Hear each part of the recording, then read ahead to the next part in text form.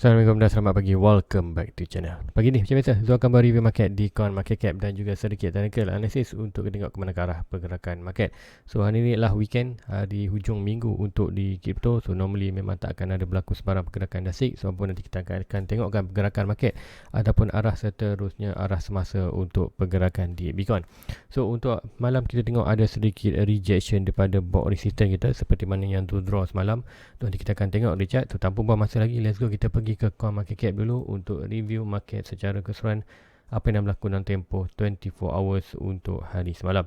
So inilah coin market cap. So pertama kali kita tengok total market cap. Total market berada di 917 bilion dengan volume 66 bilion. BTC sedikit regain daripada 39 ke 40%. Ethereum still lagi sama dalam 17.3. Tak berlaku sebarang perubahan untuk di Ethereum dominasi Ethereum dalam market. Kemudian kita tengok summary ataupun kita tengok ringkasan untuk pergerakan semalam, iaitu total market drop hampir 1% dengan volume drop dengan 17%. So tak ada sebarang pergerakan yang drastik di dalam chart. Kemudian kita akan tengok harga semasa untuk pagi ni. Bitcoin berada di 19.16, still lagi berada di kawasan kita punya major support, dan kuartal Bitcoin drop sebanyak 1.40%. So meaning bila Bitcoin drop, kita jangkakan untuk altcoin yang lain juga akan drop. Tapi kita tengoklah macam mana, sebab apa semalam Bitcoin ada melakukan kenaikan daripada 18k ke 19.5 semalam. Ini dah drop sikit. Tengok di Ethereum macam mana, dalam tempoh 24 hours dia masih lagi naik sebanyak 0.21. Untuk line altcoin dalam green, dalam red candle. So untuk di Cardano hampir 4%, 3.6. Untuk Solana 2.3, Dogecoin 2.7, Avic, Matic melakukan peningkatan 5.56%. Ikutkan last week kita ada di 81 sen. Untuk minggu ni kita 78 sen. So effect juga sedikit terlepas kejatuhan Bitcoin. Untuk Polkadot 1.73, untuk Tron 4% melakukan peningkatan. Untuk line altcoin semua sedang dalam red candle sama seperti Bitcoin, sebab apa Bitcoin melakukan dropping. So sebelum kita pergi chart, kita akan tengok fear and index dulu. Fear and index di Bitcoin di crypto berada di 24 extreme fear. So let's go kita ke chart. So chart apa berlaku, inilah pergerakan chart yang Zoom monitor semalam, iaitu selepas kita dapat bad data CPI, di mana tengok data CPI increase daripada 8.3 ke 8.3 ke 8.6 balik. Kemudian kita tengok macam mana inflation, interest rate inflation naik month of month daripada 0.1 terus ke 0.4. So meaning kita tengok bad data ataupun worst data untuk inflation. Meaning apa yang kita akan tengok adalah Fed akan naikkan lagi interest rate. Bila ada lagi kenaikan interest rate, apa yang berlaku, kita akan tengok dolar akan terus melakukan pengukuhan. Bila dolar mengukuh, apa berlaku, aset-aset lain akan drop. Bitcoin juga antara aset yang akan terkesan untuk melakukan dropping untuk more long term. Sebab tu jangkakan more pain untuk kami dalam bulan 10, 11, 12 ni. Untuk jangkakan end of the year kita boleh sampai ke kawasan 13k, iaitu kawasan punya target. So apapun untuk di chart Bitcoin semalam, sudah terangkan di mana kita ada block resistance dan ada possible boleh berlaku rejection disebabkan apa, RSI kita berada overbought, stock RSI pun berada di overbought. So meaning kita masih lagi dalam downtrend. So sebarang pergerakan di resistance kita akan jangkakan lebih price lebih melakukan kejatuhan. So untuk semalam price dah pun berlaku rejection kita ada sikit support di kawasan ni. So apapun tu ada target untuk at least drop dalam kawasan support ini. Adakah berjatuh tidak, kita tengok hari ni. So satu hard kita tengok mostly RSI. Kita tengok RSI almost nak cross, dah cross pun stock RSI masih berada di kawasan ni. So meaning untuk momentum drop tu masih ada. Kalau dia nak bounce pun boleh, tak ada masalah. Tapi bounce pun masih lagi bercakap dalam kawasan board resistance ni. Dan kuatan major movement untuk di Bitcoin adalah lebih kepada tertumpu pada line bullish hijau dan atas ni, iaitu triangle yang draw sebelum ni. Anda tekan tengok satu trend line hijau dan satu line putih merah ni adalah kawasan apex lah. Ujung ni kita dah kawasan apex. Given time Bitcoin akan buat movement juga. Movement macam mana, sama ada movement kita akan tengok break yang ni boleh menuju sedikit atas, lebih kepada around 25. Break bawah ni menuju kawasan emas dalam 14k. So itulah potential yang boleh berlaku dalam cryptocurrency dengan pergerakan market. So untuk itulah untuk LCD beacon tak banyak berlaku perubahan, still lagi kita monitor, so still lagi pergerakan sideway yang boring, tak masalah, itulah normal. So untuk long term pergerakan yang sideway lama gini, dropping ini adalah good sebenarnya. Untuk kita tengok momentum dropping itu dah berkurangan, so good untuk long term. Untuk short term sedikit boring lah, kita nampak pergerakan ini. So itulah untuk di beacon. So kita akan tengok sikit di DXY dollar, apa berlaku di DXY dollar. Kita tengok Bitcoin melakukan dropping. So ini kita akan tengok di dollar index, kita akan tengok akan berlaku sedikit pump. Kita tengok akan di DXY tu apa berlaku di DXY regain balik above trendline putih ni. So ini dia ada targetkan untuk drop bawah, tapi dia rebound ke mana tu, jangkakan possible dia rebound di kawasan 50% retracement, nanti tu akan buka balik. Alright, tu jangkakan dia sedang rebound di kawasan 0.5 ataupun 0.3. So kita akan draw kan last low, last high, price bound di mana? Price bound di kawasan almost 0.5, di antara 0.3. Dia consider ini 0.3 lah, dia bound di antara 0.3. So meaning ini bermakna apa? Dia bound di 0.3, tak bound di kawasan 0.6 ataupun 60% retracement. Ini bermakna kita tengok dolar, iaitu kita tengok kekuatan untuk naik itu adalah lebih tinggi berbanding nak drop. Sebab tu dia bound di kawasan. Sekiranya price mana-mana chart, kalau anda nak tengok di trending, anda tengok sama ada bound di 0.3 ataupun 0.5. Kalau dia bound di kawasan itu, meaning kita nampak akan ada lagi huge pump di atas. So meaning untuk yang ni kita boleh jangkakan dengan breakout resistance ni, kita boleh target adalah next target dia iaitu 1.2, 1.6. Kita akan target tapi yang paling sanggup lah 1.6. So 1.2 kita berada di kawasan ni. Ini adalah kita punya 1.2 omalah 115. So ini kita akan expect dia akan berinteraksi dengan trendline ini. Kemudian 1.6 kita berada di atas ni. So ini kita akan ada possible price akan boleh sampai atas ini dan lebih sikit lah untuk hit attack kawasan biru atas ni. So ini kita akan nampak akan ada lagi kenaikan dolar. Disebabkan apa? Kita tahu inflation teruk. Bila inflation teruk, untuk fight inflation, Fed perlu naikkan interest. Bila naik interest, apa yang berlaku? Dolar akan mengukuh. So ini tengok chart fundamental, dolar teruskan mengukuh. Ini apa yang berlaku aset-aset lain. Kita akan tengok Bitcoin yang kita monitor adalah akan terus melakukan dropping. So ini kita ada dua target, 2 versus 1, iaitu kita ada dua target untuk price sampai di kawasan kata 14k, satu price target untuk di kawasan 25. So dalam bearish market dan downtrend, more expectation untuk drop bawah, walaupun kita dah breakout trendline putih ni, macam trendline putih ni macam dulu cakapkan hari tu, trendline putih ni lah bukan strong, walaupun dia breakout dia boleh still lagi kata jatuh kawasan ni. So bermain luar kawasan putih ni. So guys, itulah pergerakan untuk di Bitcoin. So let's go, kita pergi ke ruangan komen. Roman ada yang tanya pasal SRP, nak TP kat mana? Main short kat Luno, guna chart Luno tu. Nak guna chart Luno di SRP. So apa pun tu akan pergi ke SRP di yang ni dulu. Untuk dolar tu, akan tengok macam mana. Senang saja, anda boleh buat pergerakan yang sama walaupun tu chart di dolar. Nanti kita akan tengok kan. So yang ni macam juga kan, kita tu masih lagi monitor untuk SRP support dan resistance dan support. So ini adalah resistance, ini dah support. Untuk short term, anda boleh sell di kawasan ni, anda boleh buy di kawasan ni. So kiranya anda nak tengok pergerakan chart. Kalau di Luna tu nak tengok situ kan try buka kat di Luna tu, Luna untuk di chart SRP. Kita tengok SRP MYR. SRP nak tengok macam mana. Inilah chart apa, inilah 1 hour. Kita nak tengok di 4 hours. Nanti kita tengok chart jap. Okay, nampak ni pergerakannya sama, tak berlaku perubahan, tak berlaku baru perubahan. So kat sini macam mana nak draw dia punya support resistance, senang aja. Anda tengok pergerakan ni, ambil yang ni last low ni. Ni last high, last low. Kita draw macam ni. Ni kita akan dapat kawasan resistance.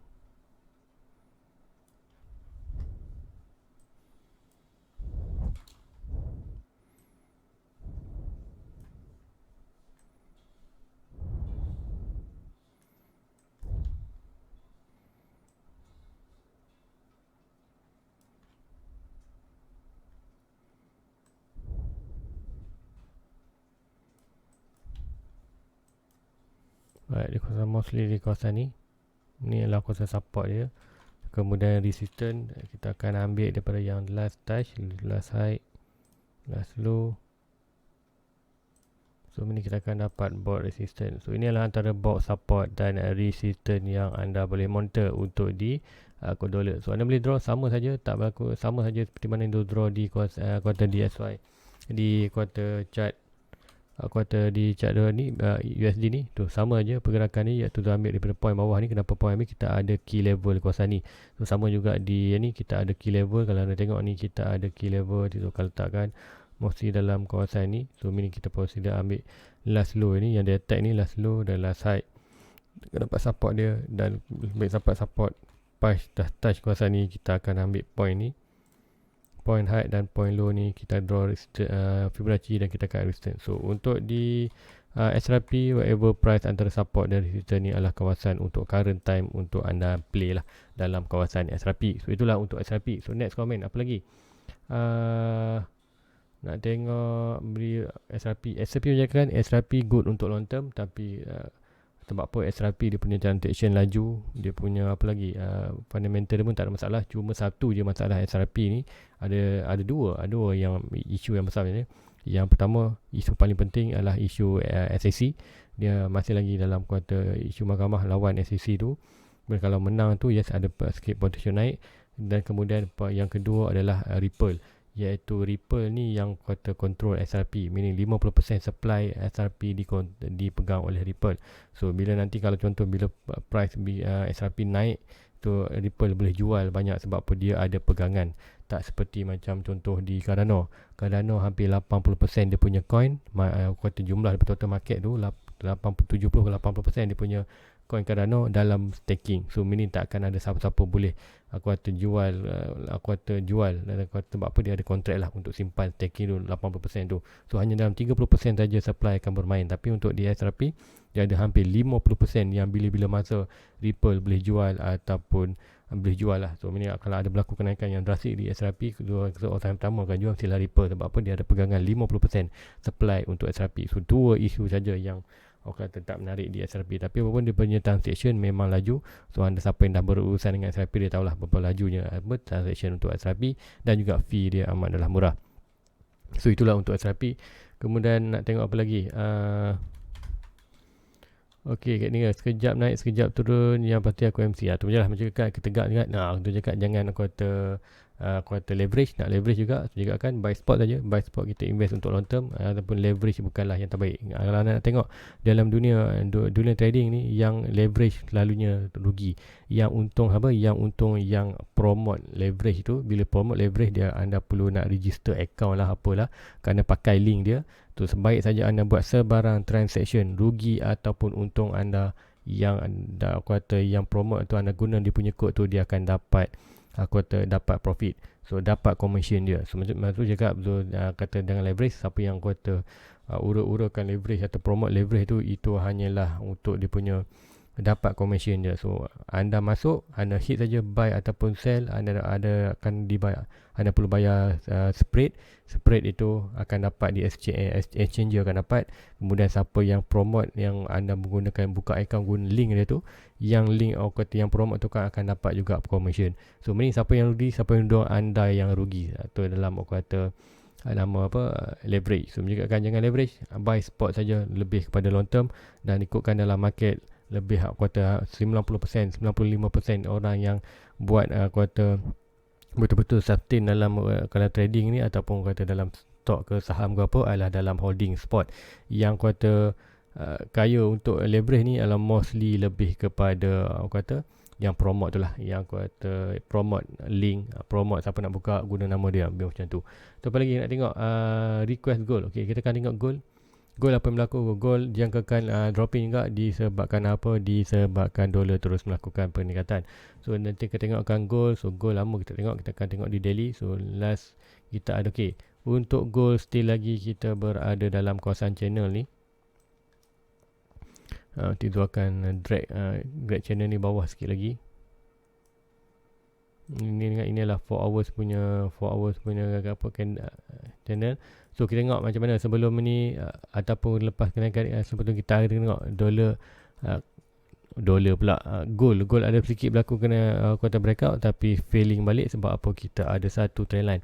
Dan tengok kan, tu ada satu trend line sebelum ni, iaitu trend line ni seperti mana dijangkakan sekiranya kita breakout trend line biru ni, ini kita akan more drop. So apa yang berlaku sebelum ni, kita tengok macam mana Bitcoin pula dolar breakout retest ini untuk more downtrend ke bawah, dijangkakan untuk dia akan follow dia punya kuasaan ni. So drop sampai mana nanti kita akan tengokkan tu, kita ada key level almost dalam kawasan ini.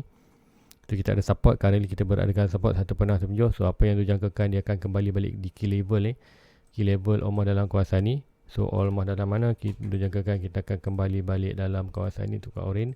So dalam almost price dalam 1.4 untuk dropping sebelum dijangkakan kalau bottom meaning Bitcoin bottom, kemudian meaning apa berlaku, dolar akan terus melakukan kan dalam 120 116, dijangkakan gold akan drop ke kawasan ini, kemudian masalah baru akan berlaku sikit rebound ataupun sideways dengan kuartal keadaan semasa itu. Itulah yang dijangkakan untuk lower untuk dari gold, dijangkakan dalam 1.43, di mana kita ada satu trend line di atas ni, trend line di bawah ni. So meaning align, so kat mana mungkin jatuh kawasan ni ataupun sideways untuk hit almost, tapi dikatakan dalam 1.4, dijangkakan almost dalam 1.4 dan line hijau ni. So itulah untuk dropping dollar ataupun dalam bearish market. So meaning kalau anda invest untuk long term, consider price di kawasan bila dolar gold berada di kawasan 1.4 adalah good untuk invest untuk long term, iaitu buy lah spot, anda buy gold dan holding untuk long term.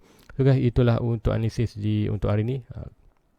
So apa pun kita akan tengok pergerakan Bitcoin untuk long term more akan dropping, untuk short term adalah tak ada sebarang lagi berkaitan drastik, kita still lagi berada di kawasan sideways di kawasan apex. So soon or later Bitcoin akan buat decision sama ada nak naik ataupun drop dengan breakout salah satu trend line ni, sebab apa kita berada di kawasan apex, iaitu penjuru hujung tajam ni kita panggil kawasan apex. So given time dolar akan kuartal Bitcoin akan melakukan pergerakan yang kita tengok lah, sama ada pergerakan ke atas ataupun pergerakan bawah.